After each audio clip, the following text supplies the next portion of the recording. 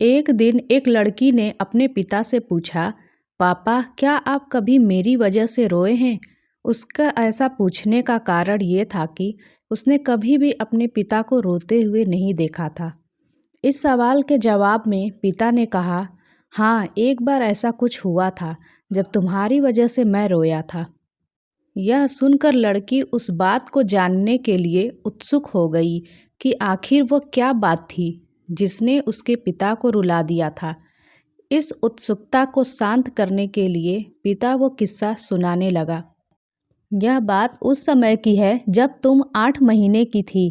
एक दिन मैंने तुम्हारे सामने 3 चीज़ें रखी, एक पेन, एक सिक्का और एक खिलौना। मैं ये जानना चाहता था कि तुम उन चीज़ों में से क्या उठाओगी। उनमें पेन बुद्धिमत्ता का प्रतीक था, सिक्का धन का और खिलौना मनोरंजन का प्रतीक था। मैंने ये सब बस एक जिज्ञासा के कारण कर रहा था। मेरे लिए ये जानना बहुत रोचक था कि मेरी बेटी के लिए आगे जाकर क्या सबसे अधिक मायने रखेगा। मैं तुम्हारे सामने बैठकर बेसब्री से तुम्हारे अगले कदम का इंतज़ार कर रहा था। मैंने देखा कि कुछ देर बैठकर तुम उन चीज़ों को देखती रही, फिर घुटने के बल पर चलते हुए उनकी ओर बढ़ी।